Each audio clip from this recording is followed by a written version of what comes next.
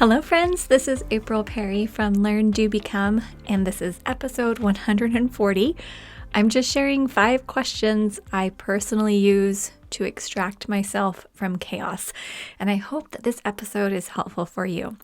If you are interested in our 4 weeks to finish program, stay on until the end and I'll tell you how you can participate. Our first class is this Thursday, June 2nd.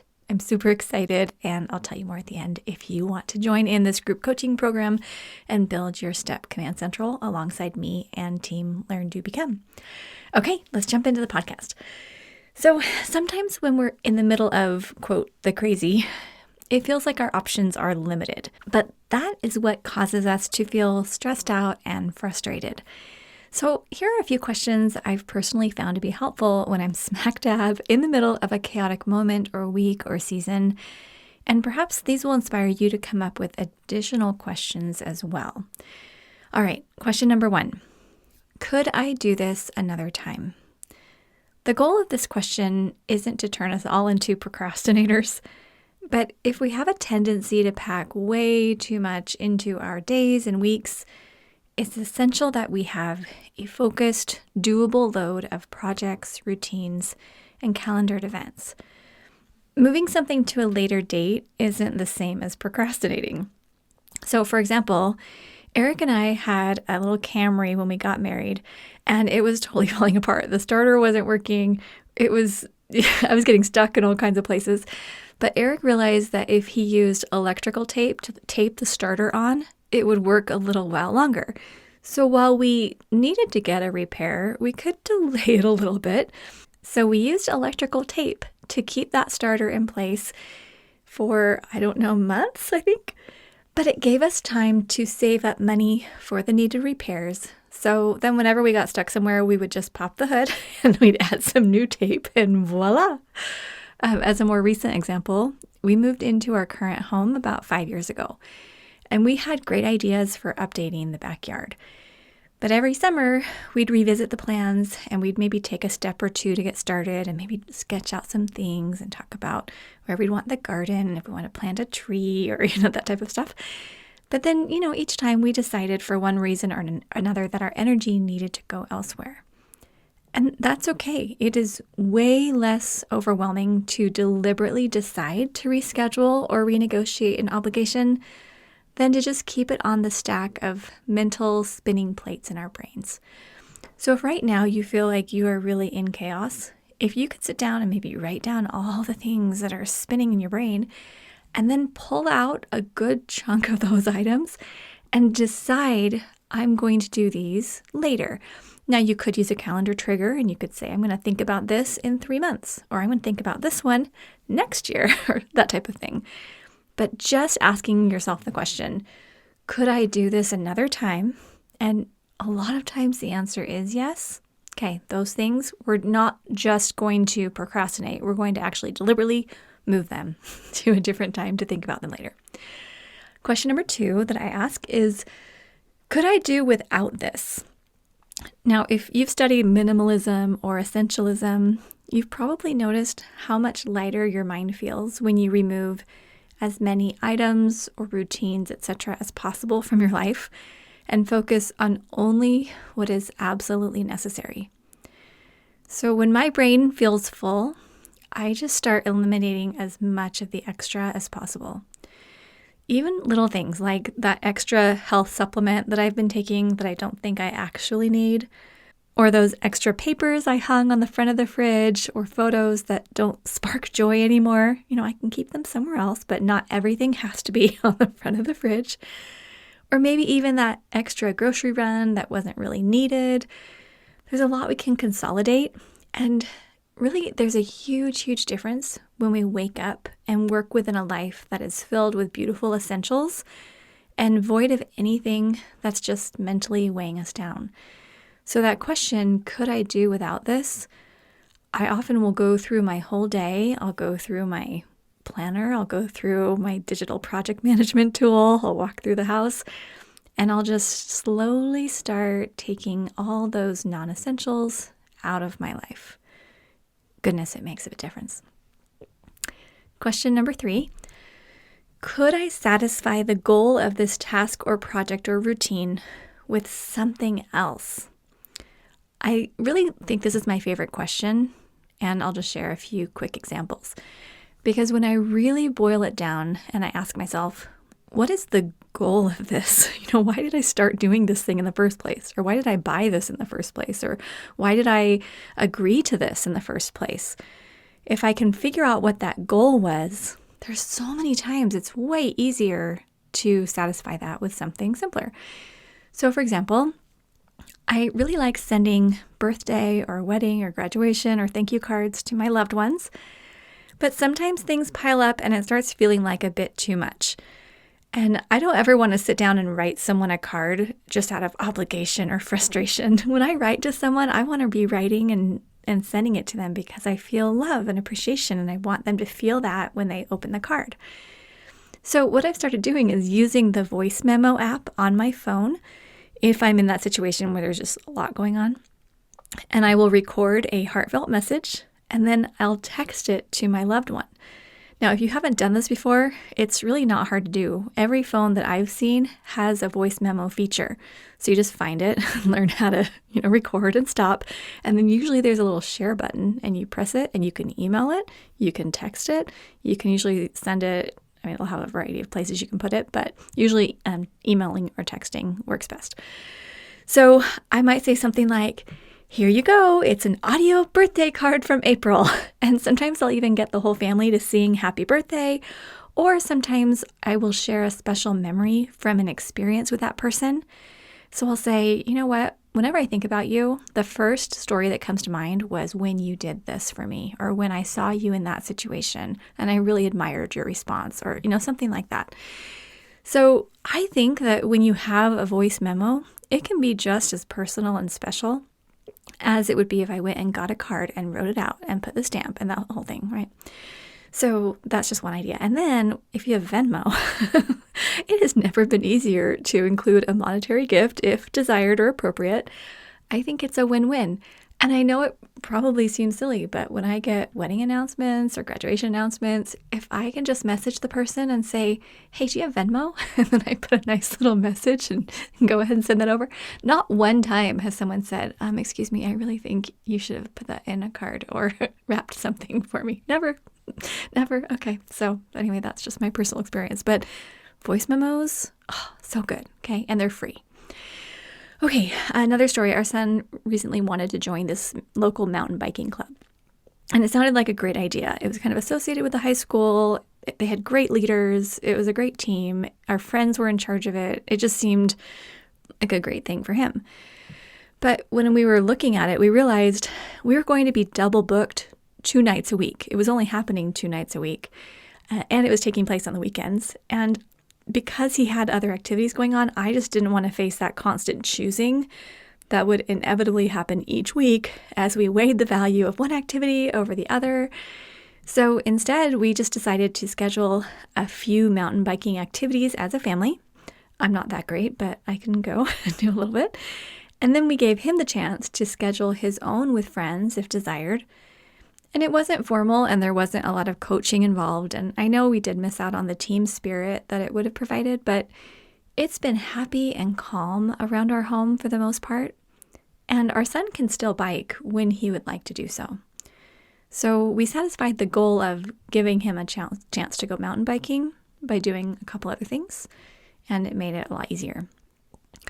On a professional note, I have been looking into building our YouTube channel. So I took a whole course on it. I've been studying it. I'm learning all these things I need to be doing, and I still want to grow it. And we do have actually a whole lot of videos on YouTube already. If you just go to youtube.com/learndobecome.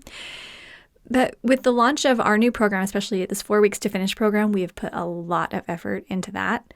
And I'm super excited about it. And so people are joining. Like right now, whenever I check my email, we have new people joining and I'm going over each name and I'm getting really excited as they're introducing themselves in the Facebook group and everything. So that's taken a lot of my bandwidth. Plus, we've had some other big projects going on behind the scenes. Eric has been decluttering pretty much everything of his because he's finally had a little bit more bandwidth. And oh my goodness, it's been really exciting. If you're in our Step Mastery program, or a Rise membership. He's been posting kind of some behind the scenes videos, taking you little house tours of his room and the bathroom, even our closet. I was kind of sharing a little too much information, but anyway, that's in our Mastery and Rise programs. So it's been great. But because he's been doing all this decluttering, we've both been working on some big projects within the business. This, YouTube channel building where I need to be posting a new video every week for 90 days or something like that. It's had to go on pause for a little bit because it really takes a lot of energy to do those videos and edit and get all those ready. So that's why I am recording this as a podcast for you, because it's a whole lot easier than making a whole YouTube video. Now, here's the thing. Yes, sometimes when you do record a video, if I were doing this on YouTube, it would be a lot more searchable online, and it might get a better reach, and it might help us find more of the people that we're looking for our business, which I totally get. But right now, my main goal is to serve you with some helpful ideas.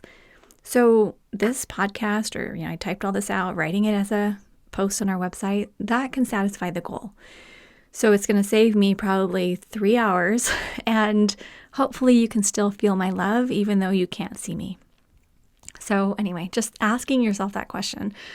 Could I satisfy the goal of this task, project, routine, etc. with something else? Maybe that might help you just like it's helped me, kind of taking the pressure off. So, I just woke up from a good little nap, and Eric and I have had a really, productive weekend, and there's been a lot of great stuff going on. And I didn't feel stressed or pressure or angry or, how it gets when you have a list that's way too long. I don't feel that. And it's because I'm making it simpler. Okay, question number 4. Could I calm my ego? Okay, this one is not my favorite, but it's probably the most important. And I don't think anyone ever wants to admit it, but I found that whenever my schedule or task list is going crazy, there's a hefty dose of ego at the foundation of it. Now, hear me out though, okay? Really, and I'm going to share my own story because this may not be your story, so I'm not judging you or criticizing you. I'm just letting you know as I've, explored the depths of my heart. This is what I found.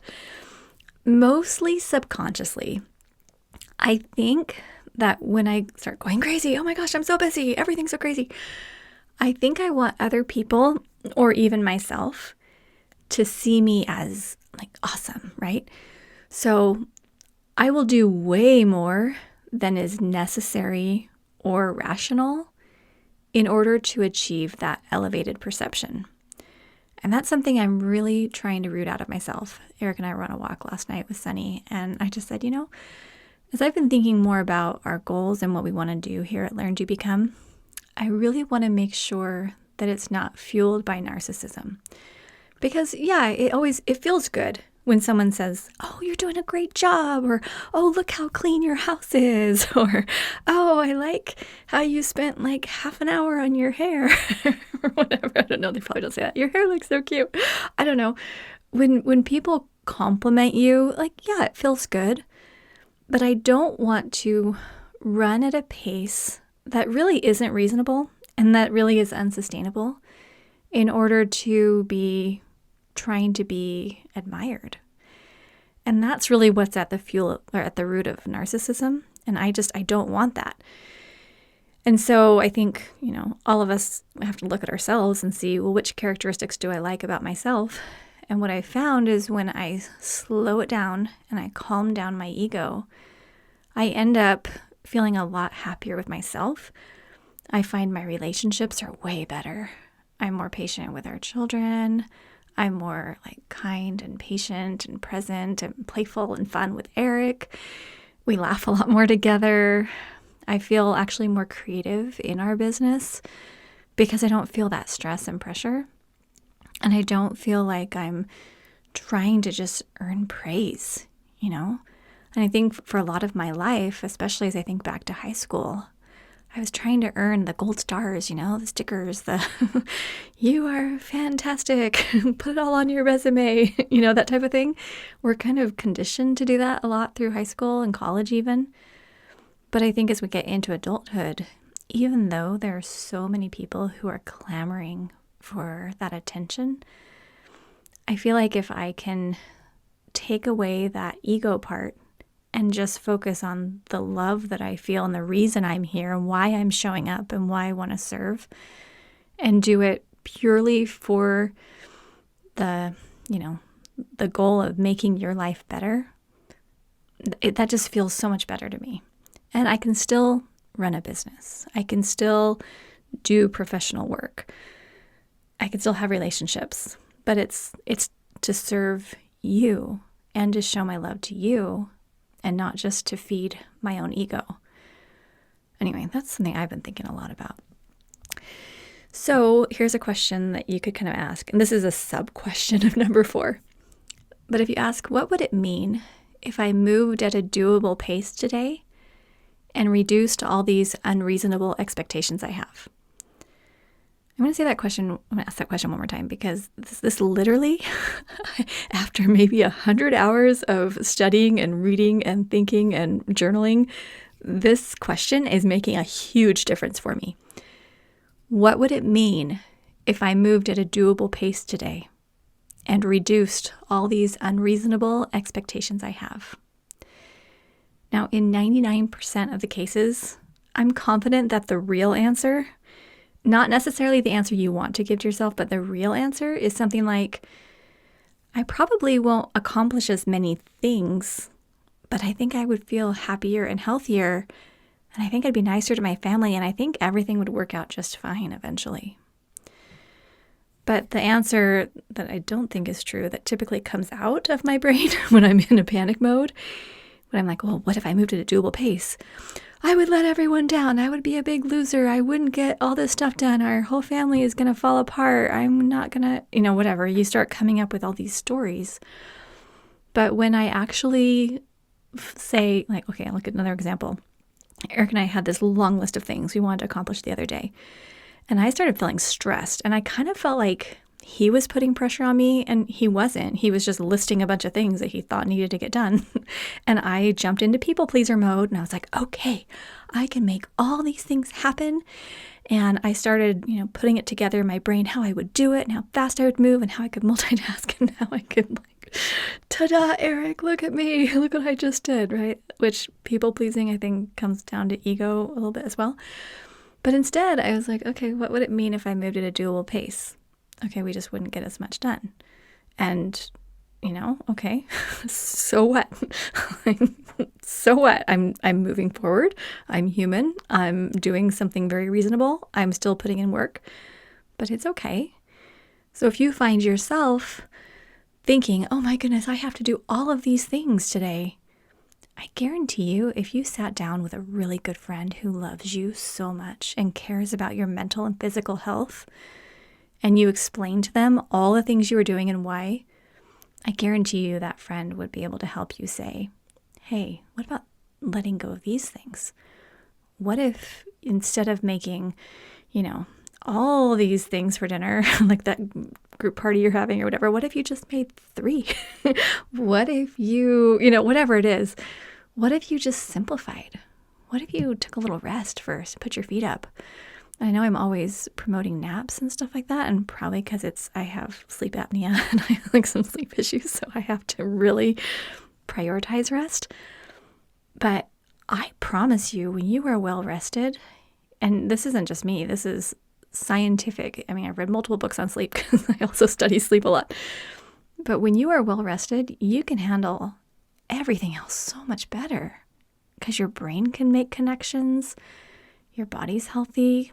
There isn't, in this one recent book I was reading about sleep, basically they were saying there isn't one system in your body that doesn't function better when you get enough sleep. It's literally every part of your body. So anyway, more sleep, calm the ego, I guess. That's what I'm working on. Okay, and then the last question for today. I mean, I'm sure as you're thinking about this, you're like, oh, I could think of a bunch more questions I could ask. I'm just sharing 5 today. Could I do this with a friend or family member? Okay, so I love this question because then it pairs work with relationship building. And that has been probably one of the best lessons that I've ever learned, was how to involve our children and how to work side by side with Eric instead of just being the martyr and doing it all by myself and just taking so much on me that it made my stomach hurt. And you can probably tell I've done both. So now I'm actually recording this podcast a day after I wrote this. Okay, but here's what I wrote. We have a dishwasher full of clean dishes right now. And there are a few household tasks that need to get done before the end of the day. Sometimes in my effort to start the day with a clean house, I'll empty the dishwasher, complete any tasks from the day before, and do a little tidying before I start my work. And I mean, to be honest, I actually kind of like that. I like going around the house and getting it all clean. It's kind of fun. Today, however, there are several tasks that require my best brain power. And so I'm going to wait and do more of the housework once Spencer gets home from school, or while Eric and I are finishing up our lunch. Now, and that's fun too. And for this particular one, I think Eric and I did it together after lunch. And it was, we just empty the dishwasher together. It takes like 30 seconds. We just work on it side by side. Now, obviously, how and when you do tasks and errands, etc., will vary with your work schedule and your family life. But I found that when Spencer gets home from school, we usually have 20 to 30 minutes where we're hanging out in the kitchen and we're getting a snack and we're talking about his day, and we can chat while we do housework together. So when our children were all really little, I just had a rule. I didn't do housework while they were just taking, quiet times or naps or when they went to bed at night. We always did housework together. We folded laundry together. We emptied the dishwasher together, because I thought, you know what? That's a great way to build relationships and use my energy when I'm going to be up and with them anyway. And then when they would go down for their quiet times or, naps or bedtime, that I would sit down too. And a lot of that was because I had a lot of health problems. And so I physically couldn't stand up very much. Like I had to lay down a lot. I had several surgeries that fixed that, but that was a hard time. And so it was, for me, I think a lot of these things that I do and have learned, they've been out of necessity for my health. But as I've done them, I realized they're very replicable. So if you're the kind of person where you're healthy and you can take everything on yourself, you can work a full-time job and come home and take care of the whole family, and you can clean everything and cook everything and be all things to all people, and you have the physical capacity to do it, you might not have a big incentive to slow down other than your brain is going crazy and you're stressed out and you're kind of screaming inside and you don't know what to do about it. So anyway, I'm just offering these things as ideas.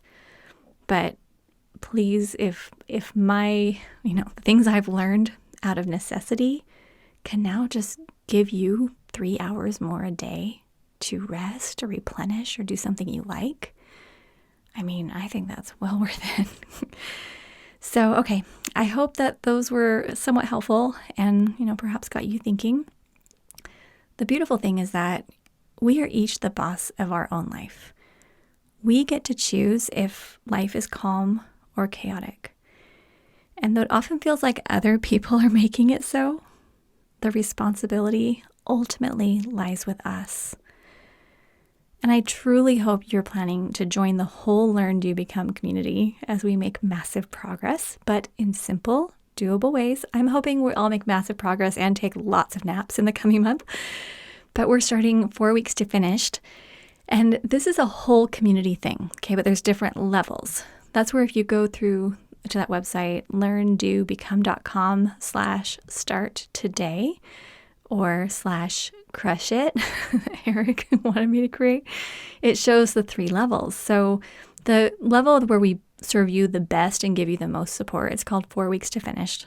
Again, our first class is June 2nd, Thursday, but you got to join before that. So go to learndobecome.com/4WEEKS/4 weeks to learn more about that. But that's where I will be there on a Zoom meeting with you once a week. We're all face to face. I can unmute you. We do a Q&A session after I do the training. I'm going to get to know you, know your face, be there with you. If you want to be on camera, you don't have to be. And then we have, so that's the best level, is we work with you, plus you get office hours, you get to know our whole team, you can share your screen, you can take the laptop or your phone around your house and show us your question. We are there to support you. So 4 weeks to finished is awesome. There's bonuses, there's a special Facebook group for you guys. It's so good. and we're really excited about it. And I don't know if and when we're doing it again. It's one of those things we did one session in February. We're doing another session now in June. And we love it, but, as the business grows and other things happen and, all of us that are, bandwidth, that we look at that and your needs, I just don't know if and when we're doing it again. So if you're thinking, I really want to do this 4 weeks to finish, come in. We would love to be with you. So that's our highest level of service. Next, though, if you are in Step Self-Study or Step Mastery, in the Getting Started section, there's this 1-month calendar. So we're going to be taking our Step Mastery Facebook group through the 1-month calendar, posting the assignments every day, helping you guys to take care of that and move forward and do awesome things. And then on that /Start Today page, there's also some free options. How do you participate at Learn Do Become? We have a lot of foundational podcasts and videos and things that are all public on the website that we're going to be sharing. And if you're not in our free community Facebook group, there right now as I'm recording, there's nearly 19,000 people in there. It's awesome. So that's at learndobecome.com/FB family, like for Facebook family. So our free community group, a lot of great foundational things, more of the coaching and the modules of the Step Command Central, that's in Step. And then 4 weeks to finish builds on Step. So it's the same core curriculum, but we kind of simplify it. We do a lot more high touch classes, Zooms, coaching. You get email coaching, text coaching, anything you need. We're there to serve you. Okay. So that's what we're working on. I'm sending a lot of love. There has been a lot in my brain that I want to just share with you. I feel like my podcast friends are like my best friends.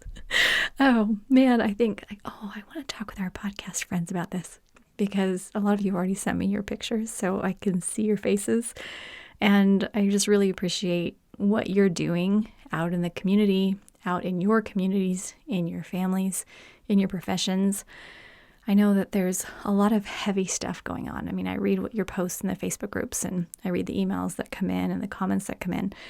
And my heart goes out to you when I know there's just stuff going on. There's hard things that you're working through. But hard is good in a lot of ways because of what it's going to help you to become. I mean, think about your life up to this point. Usually as I think about my life and think about the times that were the hardest, that's what helped me develop characteristics that are really serving me and will serve me through the rest of my life. So not that I'm wanting life to be hard for all of us, but even just as we're parenting, we're thinking, our children, when they have to go through things that are hard, it's when they develop. And it helps me not be afraid of hard things in my own life. Okay. I really love you guys. Thank you for being here. And I have links to all of this and a written version on our show notes page, which is learndobecome.com/episode 140. Can you believe 140 episodes? This is so fun. Okay. Take care. Have a great day. We'll see you soon at Learn Do Become.